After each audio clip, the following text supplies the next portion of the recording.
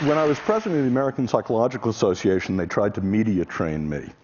And an encounter I had with CNN summarizes what I'm going to be talking about today, which is the 11th reason to be optimistic. The editor of Discover told us 10 of them.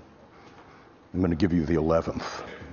So they came to me, CNN, and they said, Professor Seligman, would you tell us about the state of psychology today? We'd like to interview you about that. And I said, great. He said, but this is CNN, so you only get a soundbite. So, well, how many words do I get? I said, well, one. Cameras rolled, and she said, Professor Seligman, what is the state of psychology today? Good. Cut. That won't do. We'd really better give you a longer soundbite. Well, how many words do I get this time? Well, you get 2. Dr. Seligman, what is the state of psychology today? Not good.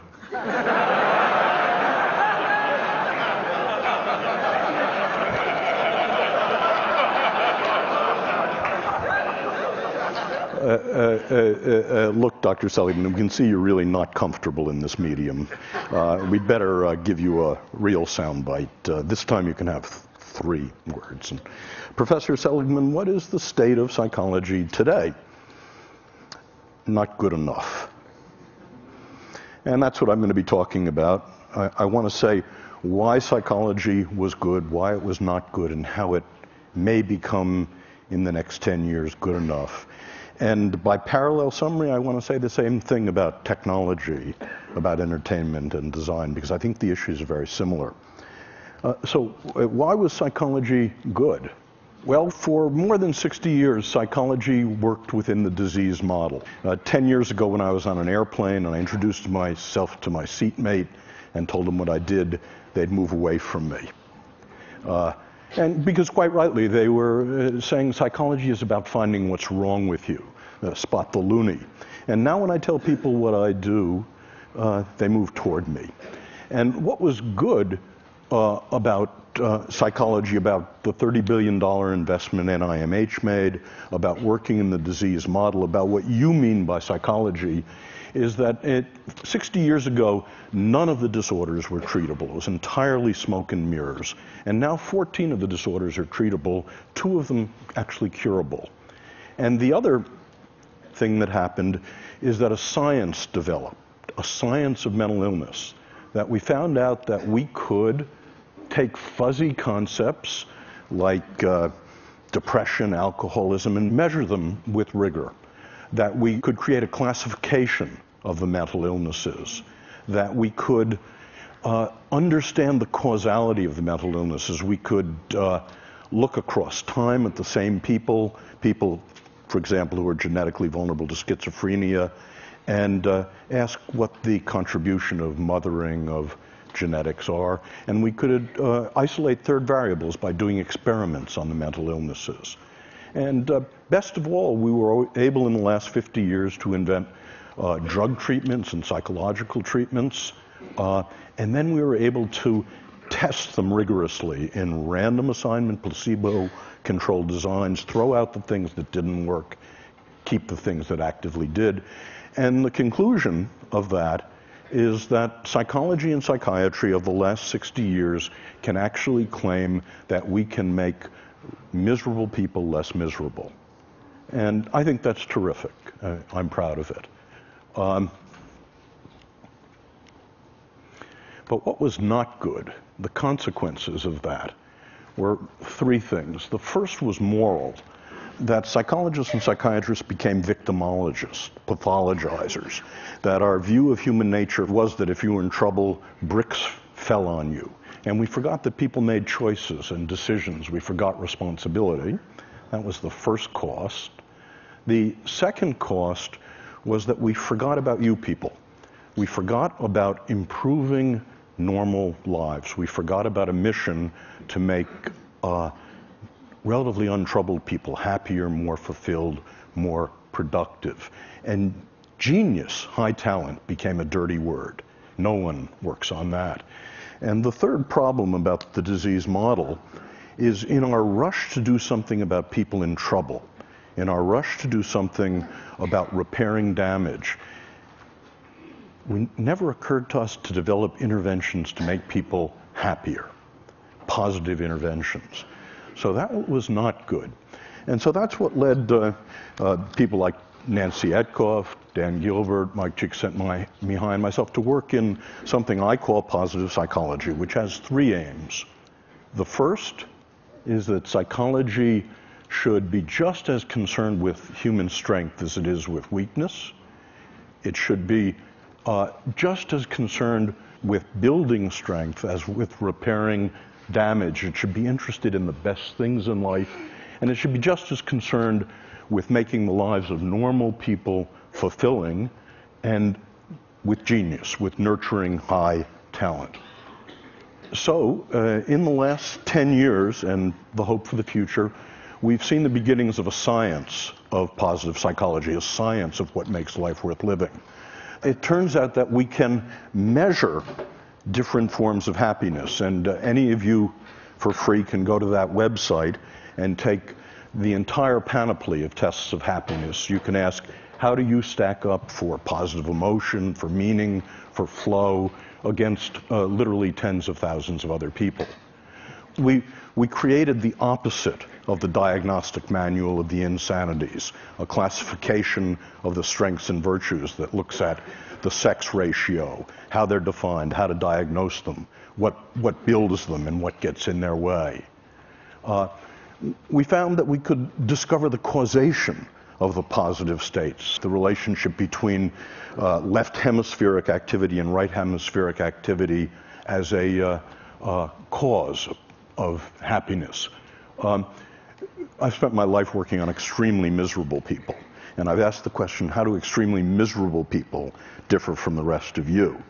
And starting about 6 years ago, we asked about extremely happy people, and how do they differ from the rest of us?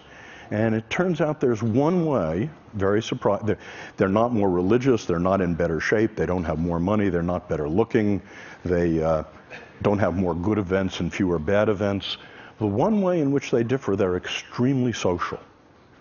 They don't sit in seminars on Saturday morning. They don't spend time alone. Each of them is in a romantic relationship, and each has a rich repertoire of friends. But watch out here. This is merely correlational data, not causal, and it's about happiness in the first Hollywood sense I'm going to talk about. Happiness of ebullience and giggling and good cheer. And I'm going to suggest to you that's not nearly enough in just a moment. We found we could begin to look at interventions over the centuries, from the Buddha to Tony Robbins. About 120 interventions have been proposed that allegedly make people happy.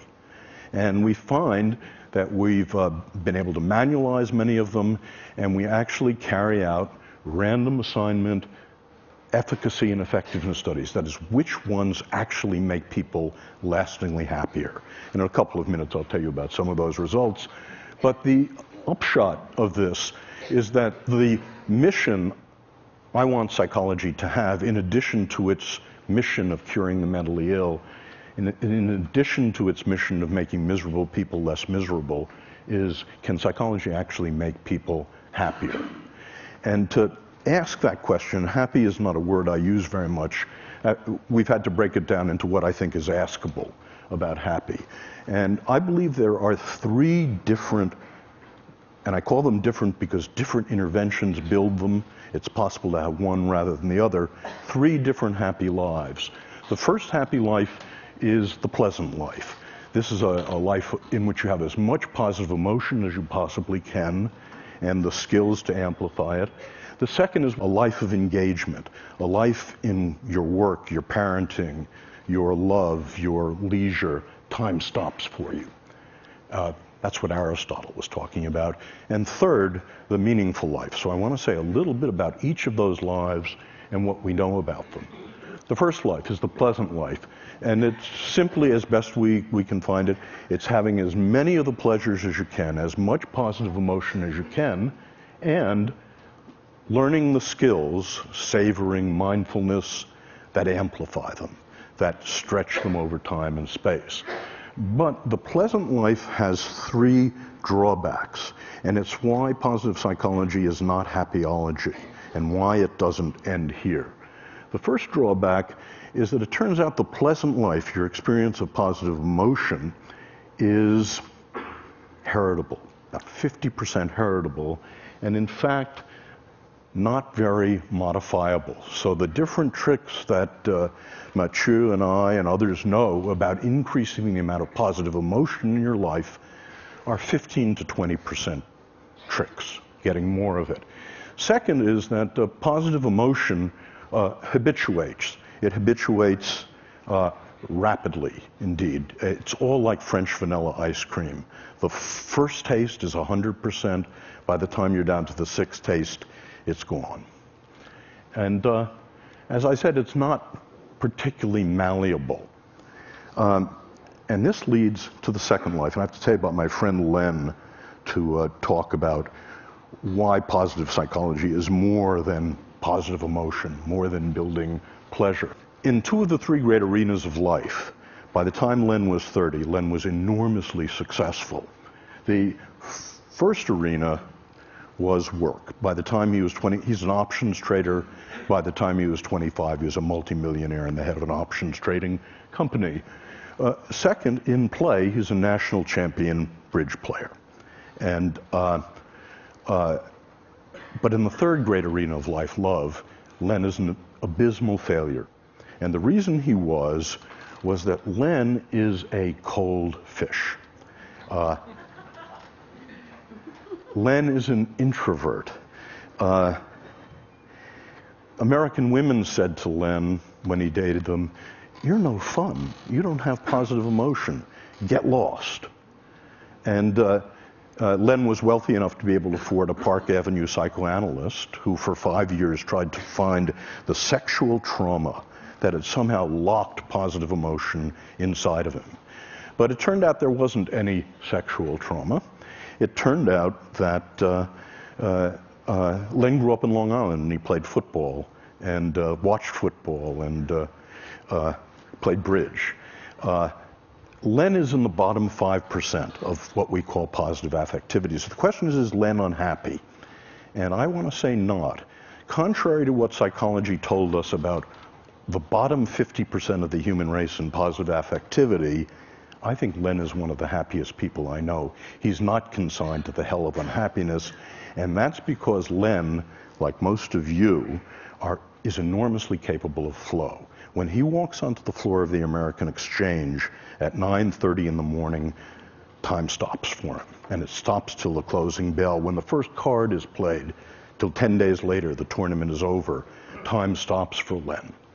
And this is indeed what Mike Csikszentmihalyi has been talking about flow, and it's distinct from pleasure in a very important way. Pleasure has raw feels. You know it's happening.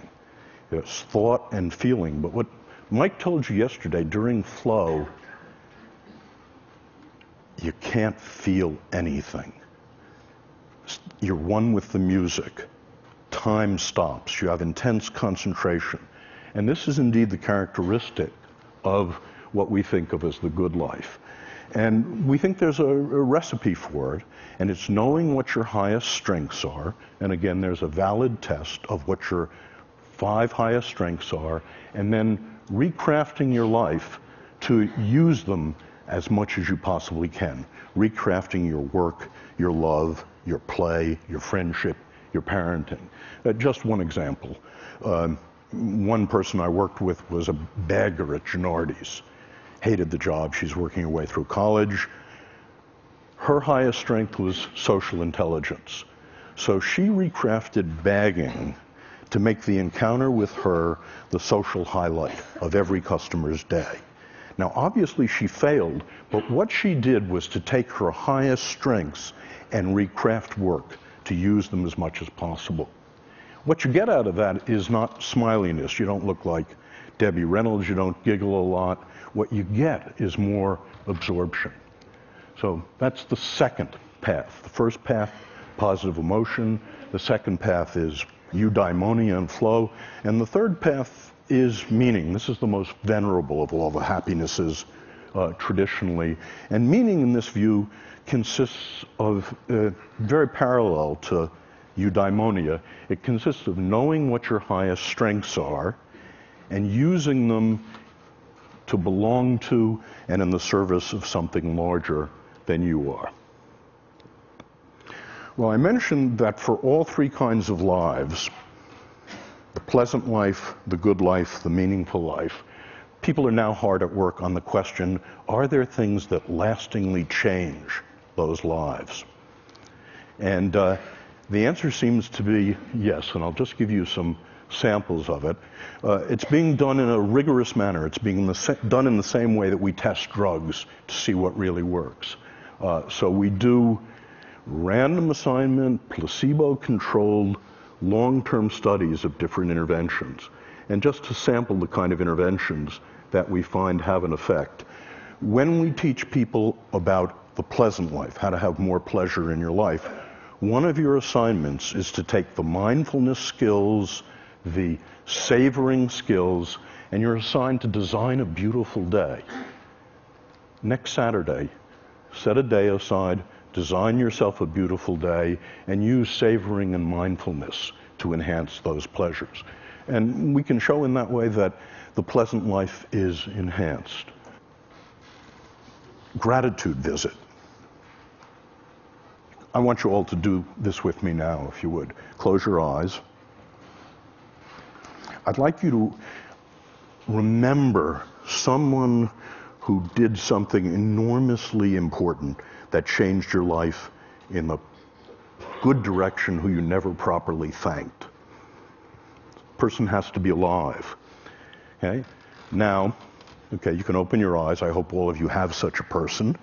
Your assignment when you're learning the gratitude visit is to write a 300-word testimonial to that person, call them on the phone in Phoenix, ask if you can visit, don't tell them why, show up at their door, you read the testimonial. Everyone weeps when this happens. And what happens is when we test people 1 week later, a month later, 3 months later, they're both happier and less depressed. Another example is a strength state in which we get couples to identify their highest strengths on the strengths test and then to design an evening in which they both use their strengths. And we find this is a strengthener of relationships. And fun versus philanthropy, but it's so heartening to be in a group like this in which so many of you have turned your lives to philanthropy. Well, my undergraduates and the people I work with haven't discovered this, so we actually have people do something altruistic and do something fun, and to contrast it. And what you find is when you do something fun, it has a square wave walk set. When you do something philanthropic to help another person, it lasts, and it lasts. So those are examples of positive interventions. So the next to last thing I want to say is we're interested in how much life satisfaction people have. This is really what you're about. And that's our target variable. And we ask the question, as a function of the 3 different lives, how much life satisfaction do you get? So we ask, and we've done this in 15 replications involving thousands of people, to what extent does the pursuit of pleasure, the pursuit of positive emotion, the pleasant life, the pursuit of engagement, time stopping for you, and the pursuit of meaning contribute to life satisfaction? And our results surprised us. They were backward of what we thought. It turns out the pursuit of pleasure has almost no contribution to life satisfaction. The pursuit of meaning is the strongest, and this is the pursuit of engagement is also very strong. Where pleasure matters is if you have both engagement and you have meaning, then pleasure is the whipped cream and the cherry, which is to say the full life, the sum is greater than the parts if you've got all 3. Conversely, if you have none of the 3, the empty life, the sum is less than the parts. And what we're asking now is, does the very same relationship physical health, morbidity, how long you live, and productivity follow the same relationship. That is, in a corporation, is productivity a function of positive emotion, engagement, and meaning? Is health a function of positive engagement, of pleasure, and of meaning in life? And there is reason to think the answer to both of those may well be yes. So Chris said that the last speaker had a chance to try to integrate what he heard, and so this was amazing for me. I've never been in a gathering like this. I've never seen speakers stretch beyond themselves so much, which was one of the remarkable things. But I found that the problems of psychology seem to be parallel to the problems of technology, entertainment, and design. In the following way, we all know that technology, entertainment, and design have been and can be used for destructive purposes. We also know that technology, entertainment, and design can be used to relieve misery. And by the way, the distinction between relieving misery and building happiness is extremely important. I thought when I first became a therapist 30 years ago that if I could make someone, if I was good enough to make someone not depressed, not anxious, not angry, that I'd make them happy. And I never found that. I found the best you could ever do was to get to zero, that they were empty. And it turns out the skills of happiness, the skills of the pleasant life, the skills of engagement, the skills of meaning are different from the skills of relieving misery. And so the parallel thing holds with technology, entertainment, and design, I believe. That is, it is possible for these three drivers of our world to increase happiness, to increase positive emotion, and that's typically how they've been used. But once you fractionate happiness the way I do, not just positive emotion, that's not nearly enough. There's flow in life and there's meaning in life. As Laura Lee told us, design, and I believe entertainment and technology, can be used to increase meaning engagement in life as well. So in conclusion, the 11th reason for optimism, in addition to the space elevator, is that I think with technology, entertainment, and design, we can actually increase the amount of tonnage of human happiness on the planet. And if technology can, in the next decade or two, increase the pleasant life, the good life, and the meaningful life, it will be good enough. If entertainment can be diverted to also increase positive emotion, meaning, eudaimonia, it will be good enough. And if design can increase positive emotion, eudaimonia, and flow, and meaning, what we're all doing together will become good enough. Thank you.